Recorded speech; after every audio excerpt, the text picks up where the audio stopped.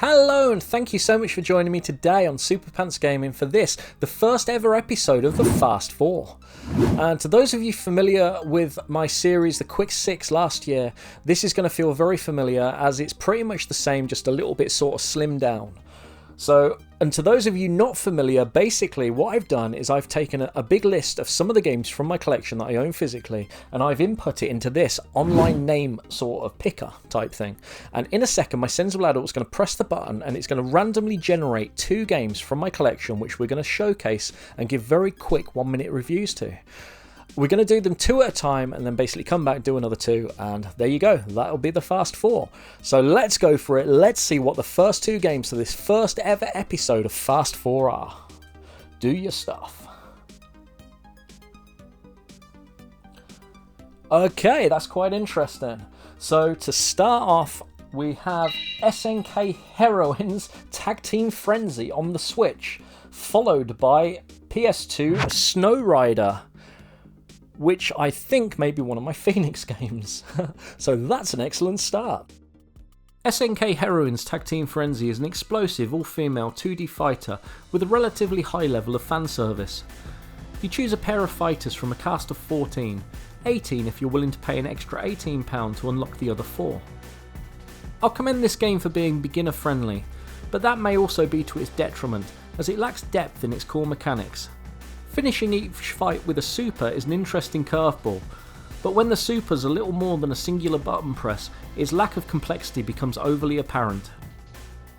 When weighed up against other games of the time, such as a couple of my favourites like Under Night in Birth and Nitro Plus Blasters, it feels a far more breezy affair, but I still enjoy its bright and fun characters that all appear well balanced and control very well.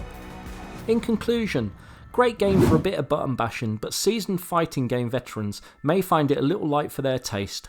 7. I was blessed in the final episode of Quick 6 with Amped 3, a truly outstanding snowboarding title, but I'm aware it's unfair to hold this clearly far older title. You know this released in 2006, right? A year after Amped 3, albeit for the previous generation, so I'll cut it some slack there.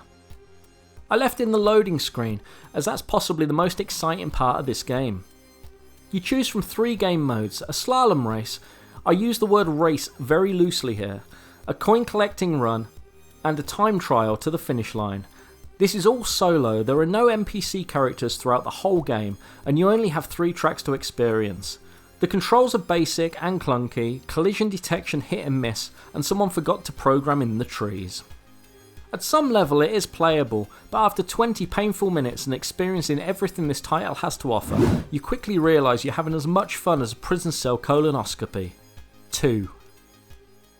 Yes, so there you go, that's a relatively interesting start to the Fast 4 I would say, and my sensible adult is all primed now, ready to go for our second 2 games, so if you could do the honours, we now have... Okay, 2 PS2 games. We have Splashdown 2 and Rampage Total Destruction, so very heavy on the PS2 today, so that's awesome. I will see you splashing down.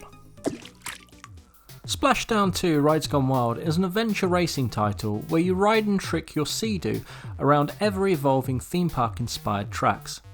This game is a lot of fun and the variety of the tracks and crazy characters do a lot to keep you coming back for more. The water physics are decent and the game holds up pretty well today considering it's over 20 years old. If you can pick this up for a couple of quid, there's definitely a decent amount of fun to be had here. I will warn you though, some of the later tracks seem difficult to unlock, in part due to many of the unlockable rewards being purely cosmetic, where actual upgrades would have been very welcome to counteract the rising difficulty of the game.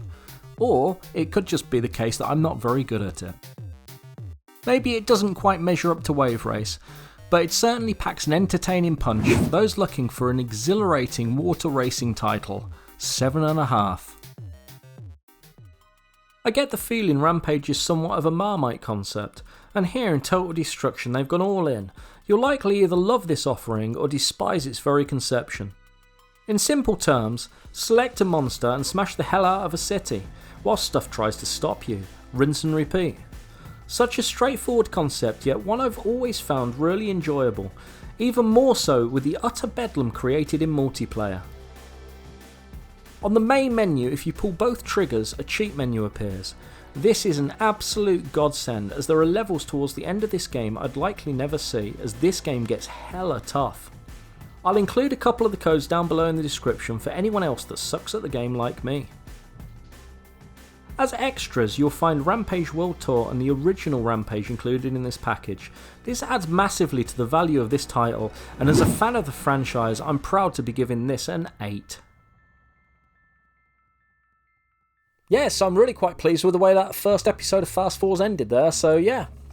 Quite heavy on the PlayStation 2, but I do have quite a lot of PlayStation 2 games on the list, so there you go. So anyway, thank you guys so much for being here. Please do the honourable thing and hit all the nice buttons down below. Remember, you're awesome. I've been Soup, and I will see you in the next one. Goodbye.